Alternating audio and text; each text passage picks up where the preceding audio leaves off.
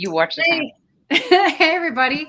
Welcome back to Soulganize Your Life, where we are with Wynn Lacey, myself, and Sherry Neal today. Yeah. But the purpose of the podcast is always the same. It is to discern the difference between the ego's viewpoint that organizes our lives through a lot of pain and suffering, and another option, which is soulganizing your life through a divinely inspired power. And the Soulganize way is to recognize that you have a soul and it does love you. And you also have an ego that doesn't love you. It tells you you're not enough.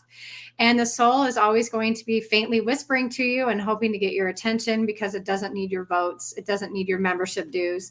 It doesn't need your approval. It just is, and it loves you. But the ego will be constantly telling you that you do need approval, and you do need votes, and you do need people to follow you, and you do need possessions, and you do need achievements, and you shouldn't trust people, and you should judge others, and blah, blah, blah, blah, blah. So that's what the ego is telling you. But for some reason, it's very difficult for some of us to discern the difference. And a lot of us don't even know we have a soul, or we have the access to something much greater than what we were taught.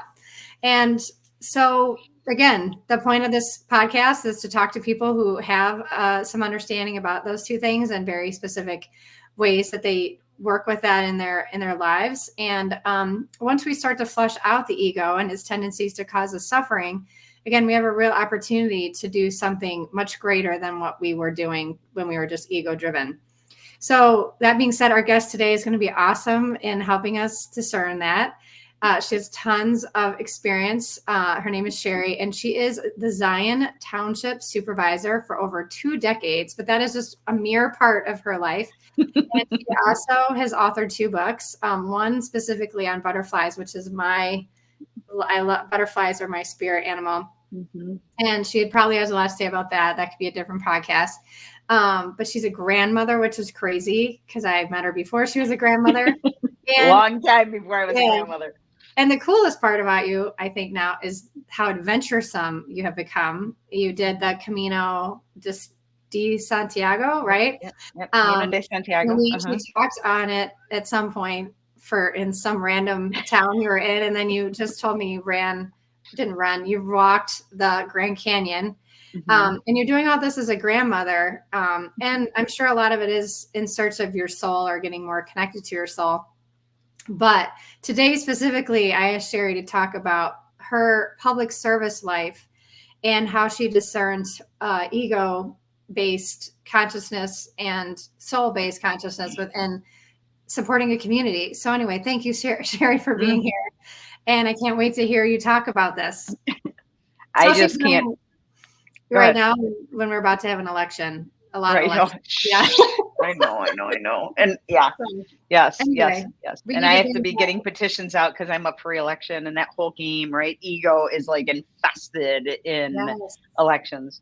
But can I just say how in awe I am of you for listening to the Soul Whisperer to take this path? Because the more I thought about it, this really is all the difference. I mean, it's all the difference when we can get on a soul's path and listen. And raising monarch butterflies, I started in 1999. They've truly saved my soul. It was when I connected to, I actually just really quick, I took a 2-hour mini course at the community college. I was going through a divorce. I was really depressed, and I'm flipping through this magazine for our community college, and it was like how to raise monarch butterflies. I'm like, wow. I wasn't a butterfly person. I wasn't a bug person, but I couldn't get out of my mind. Oh, here's my pet monarch butterfly, right? Like, totally like mess with my mind. And so I took this 2-hour class, and I came home and I spent that entire summer watching caterpillars eat and being so in awe that like it's this tiny egg, literally the tip of a pencil, right? That transforms into this caterpillar that if like it gets the food and the sustenance it needs, becomes this butterfly that can fly 2,800 miles, right? Wow. And I was going through divorce. I was driving a snowplow for the state of Illinois, I was the first girl to do that for 12 years, right? Only out of desperation. I believe it.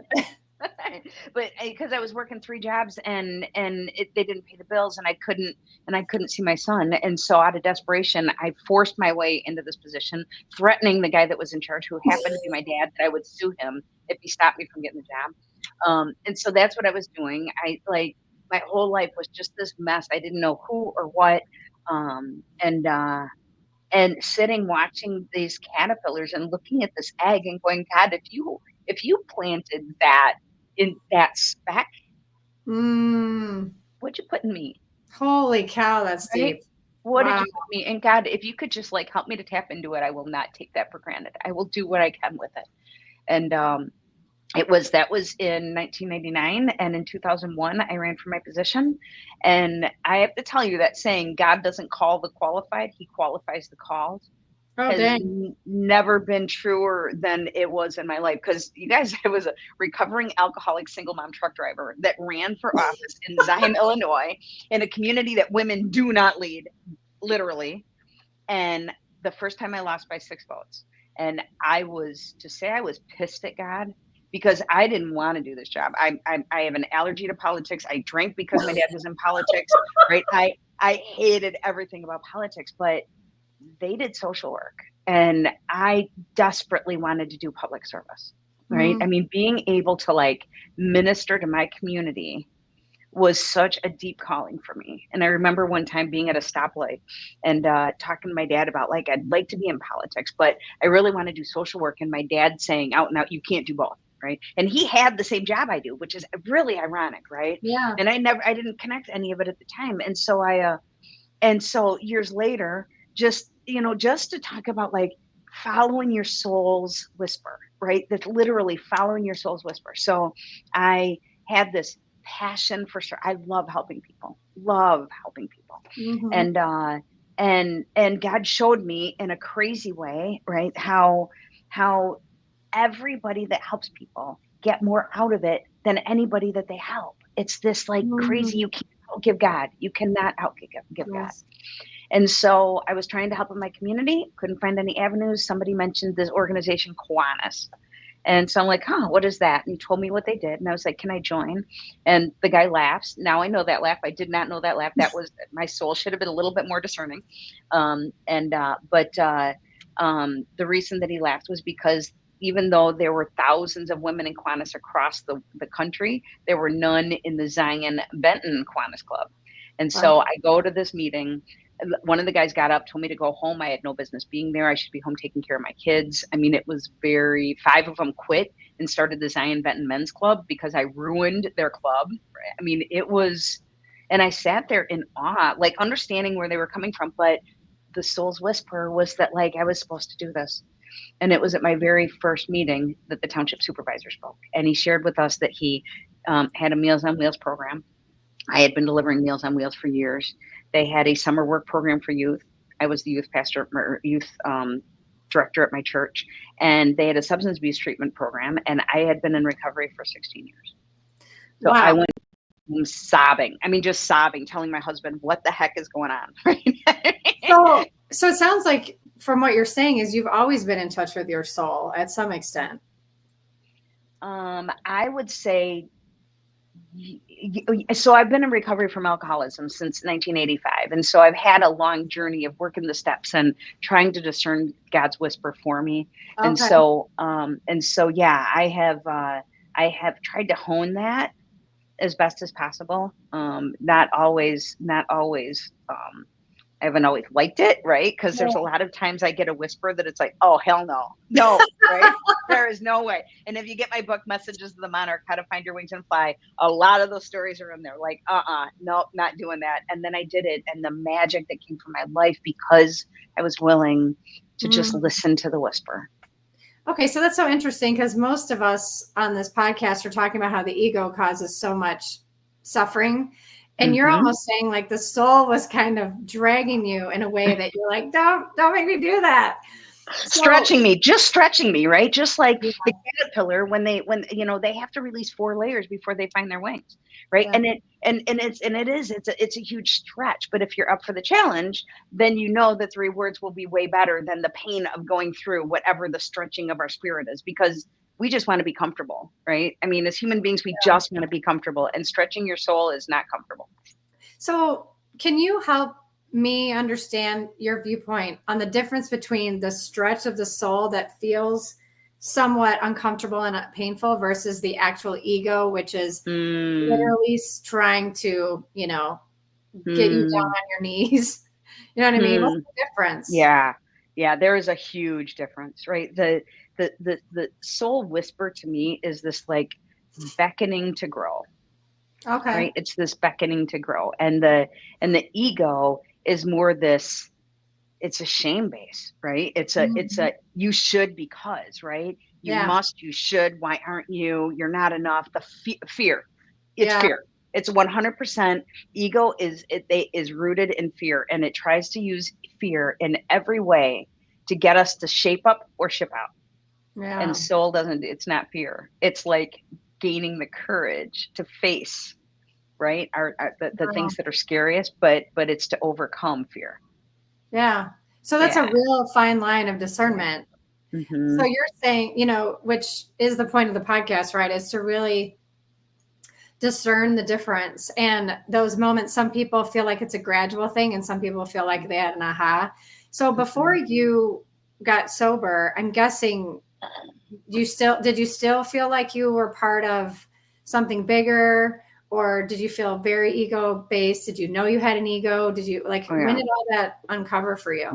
Oh, and just to be very clear, I have a very strong ego. I suffer horrifically from the imposter syndrome. I am constantly like on guard, and some of the soul-based ways, positive intelligence is the number one way that I've been able to combat the imposter syndrome in a lot of ways. But yeah, it's really hard. And I forgot the question. So what was your question? So when did you first become aware that there were two parts of you, one that was connected to God and one that was connected to like the society that taught you to not feel enough? Like, when did you know that? So I remember, and I don't like have a visual memory, but I remember the feeling of sitting in church and hearing these messages that I wasn't enough, and that like, thank God Jesus died for my sins in church. Right. Oh, okay. And hearing it just like so clearly, thank God Jesus died for our sins because we don't deserve it. Right. And being so confused. I mean, just so deeply confused by that message when I was really little. And so when I was like 10 years old, I started drinking. Oh my gosh. So you were learning from other egos. Yeah, I was. I mean, just which were on top of the church. Right. Well, and everything. Right. I think there was a lot of, especially like, because we were right on the cusp of like, men, run everything, and women having a voice. And I mean, I was in combat in so many different ways with my spirit. Being the first girl to drive a snowplow for the state of Illinois. Right. That was tough, right? Being the first woman to join Kiwanis, right? I mean, all these different ways where my spirit like set me up to stretch in these environments, which were all because when I ran for the position and I got elected, right? I mean, I was really prepared because I had just worked with 40 guys that didn't want me there, right? So now I get elected and I have a whole board that doesn't want me there. Okay, I'm used to that, right? I can deal with that. But yeah, it was always this. I think I've always been connected with my soul, and I like was devastated that like my ego got to be in charge. And so you said at 10 years old, you started drinking, probably from an egoic standpoint, right? Of what were you trying to survive at that point? I think the stories, right? I mean, all of these stories that we weren't enough, if I'm not enough, how do we even be? Yeah.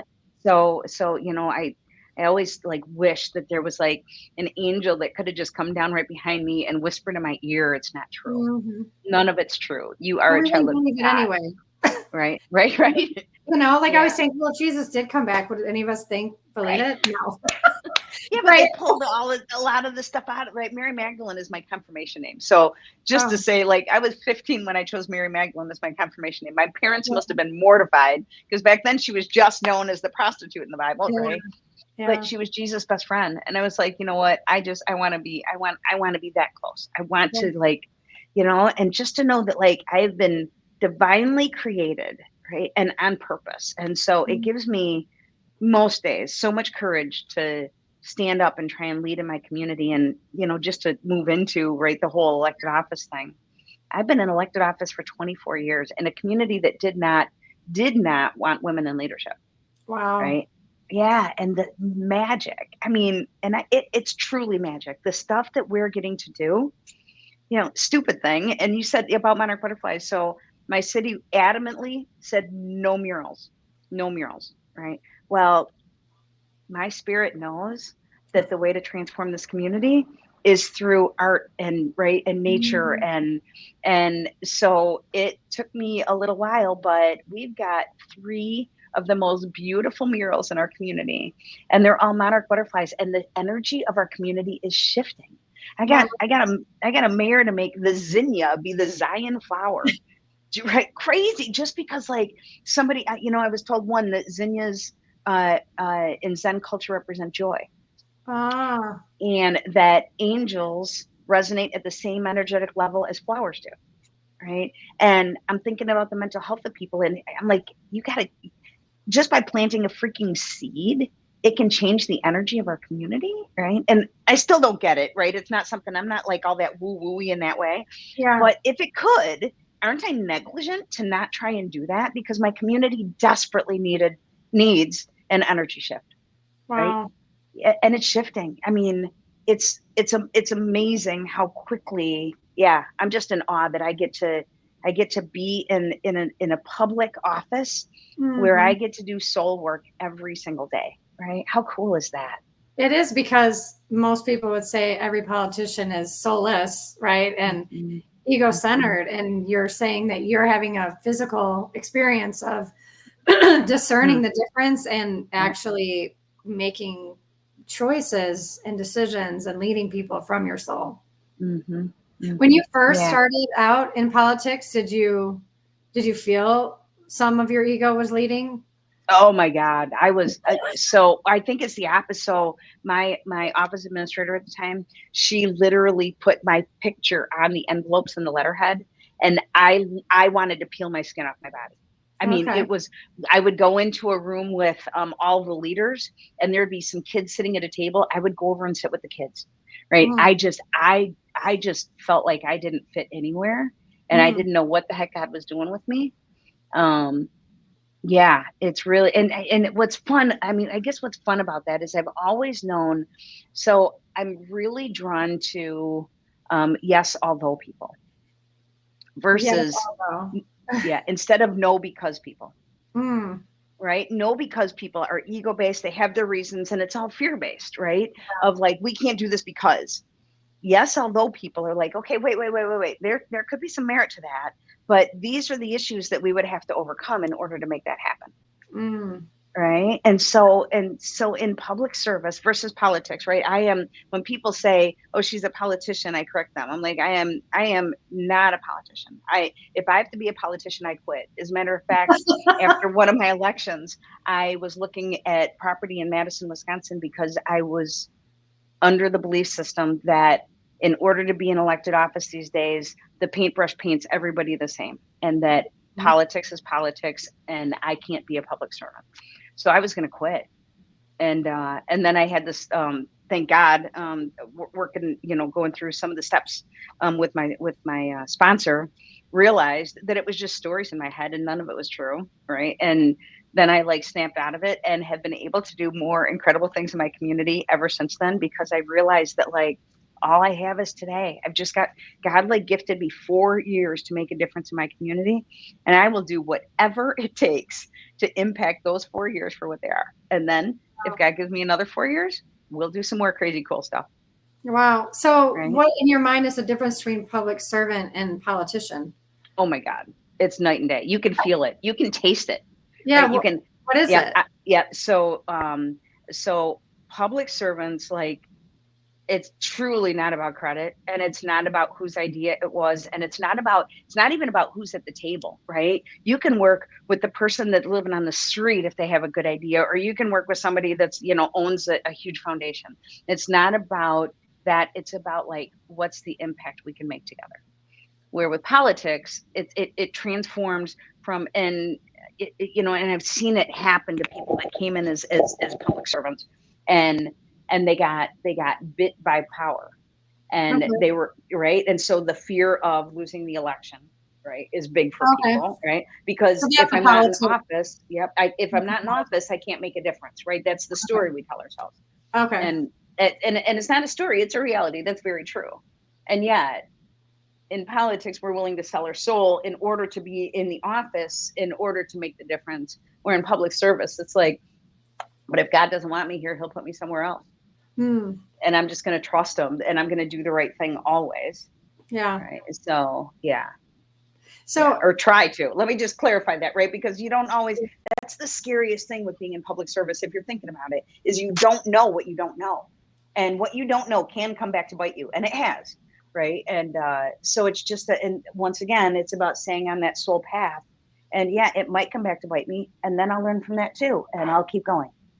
So in all this time, have you, like you said, you felt very called by your soul and like felt very directed. Was there a time where you like noticed yourself veer off and you caught yourself and you're like, that's the ego, that's not me? And maybe that's what you're saying when you work through with the sponsor. With that, So with that election, because the individual that ran against me, they were truly on a quest to destroy me. And that's the thing that like blows my mind about elected office.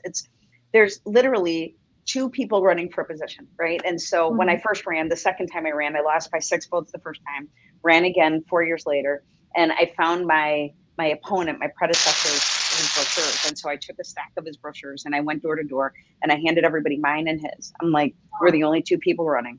I want you to make an educated decision. And I hope after you read through this, that you decide that your vote is best with me. Yeah. Right.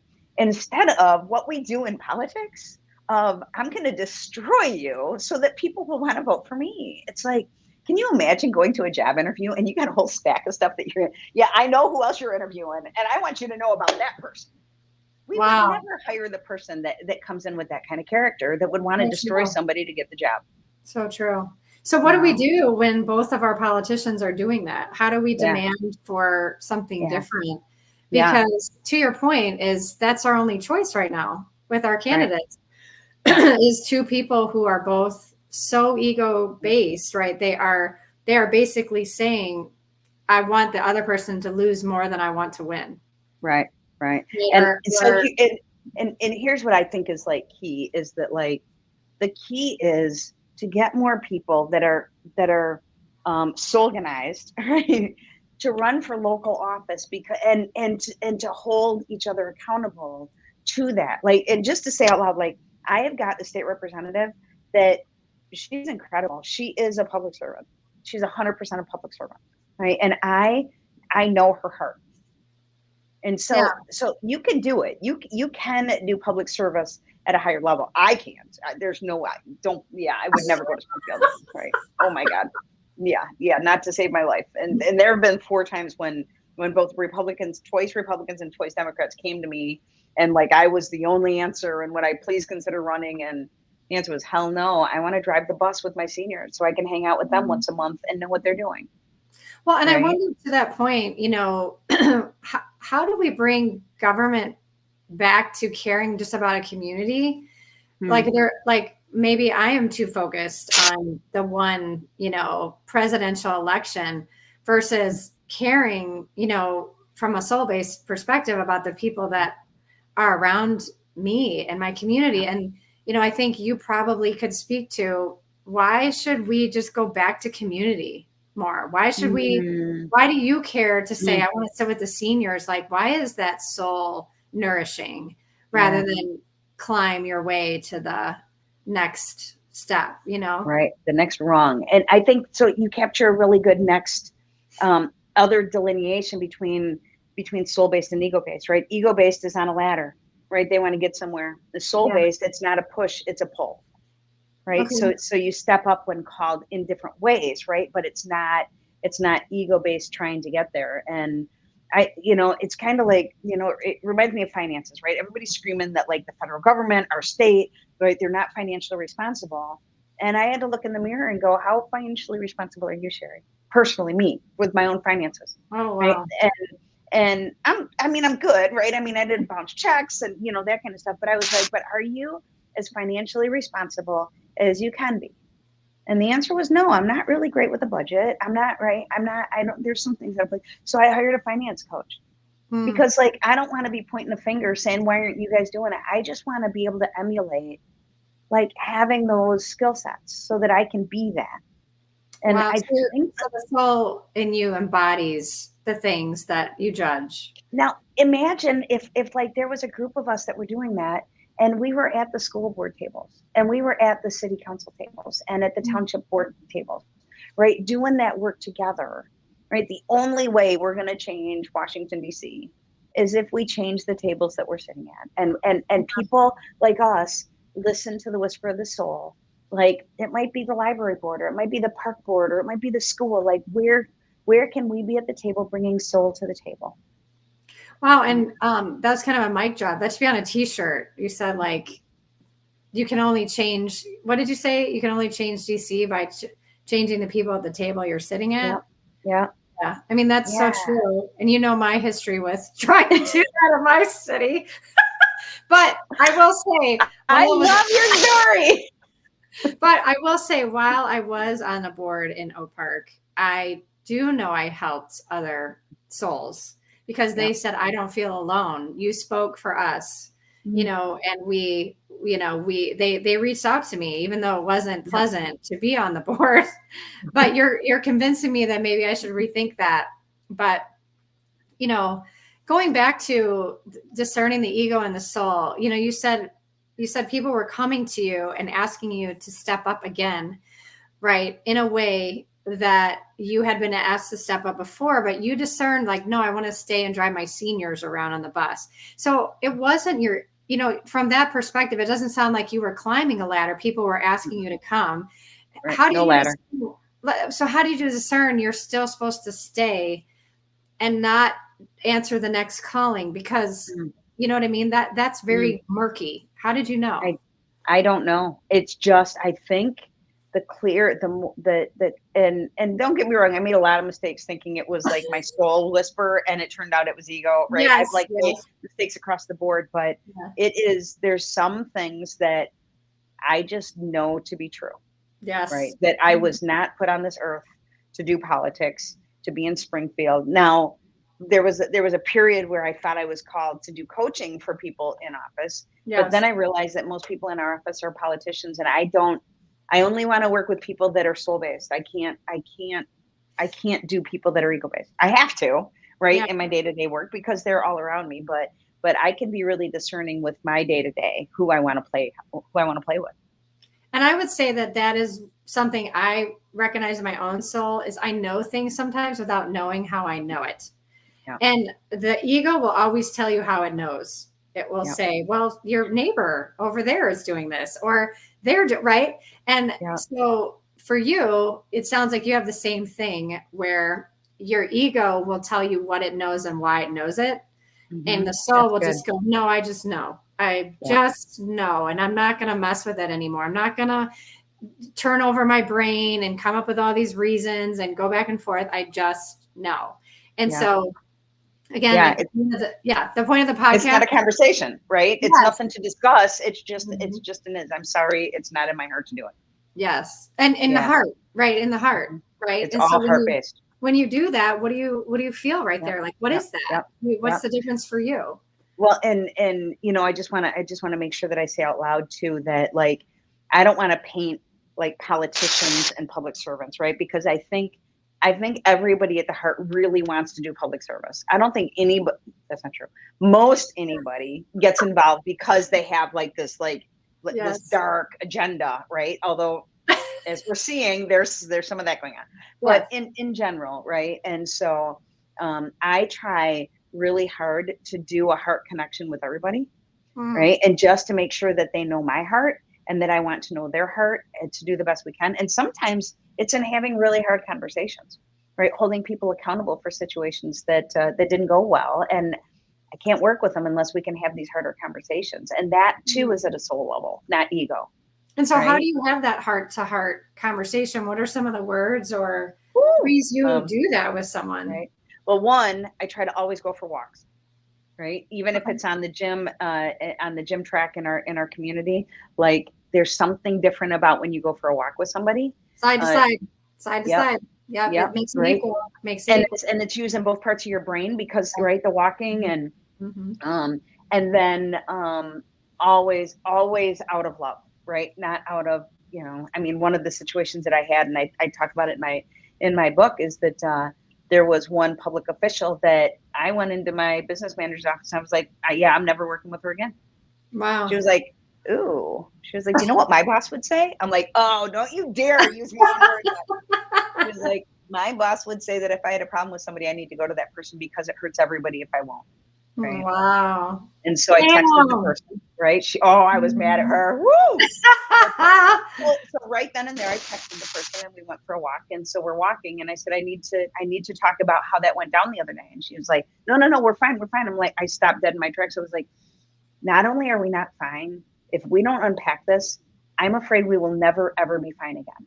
Wow. Right. And she was like, okay. And by the time we got done with the walk, we both understood where each other was coming from, what had triggered us, what this, you know, and we were on a whole new page that has truly helped my community in ways that I never, ever would have seen coming. Wow. That's so cool. Yeah. It's so cool. Well, our time's up.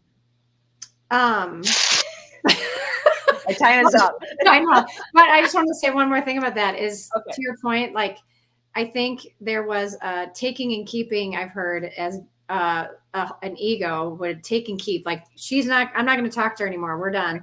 Versus giving and receiving. I'm going to give her the ability to understand me and I'm going to receive understanding from her. And that's, again, a great discernment you made there. Like, and I've heard several guests say it's having the difficult conversation. Like, you can just not have the conversation and your ego will be right. But if you have those, what's the hardest conversation I have to have, and have it, and I do it because I want to understand the other person, man, that's your soul. Yeah, 100%. I love that. To your point, who knows where that's going to go, right? Yeah. Who knows where that's going to go? Well, and just to say out loud, I always make it a point to have that conversation anytime anybody runs against me. And I've won for 24 years running now.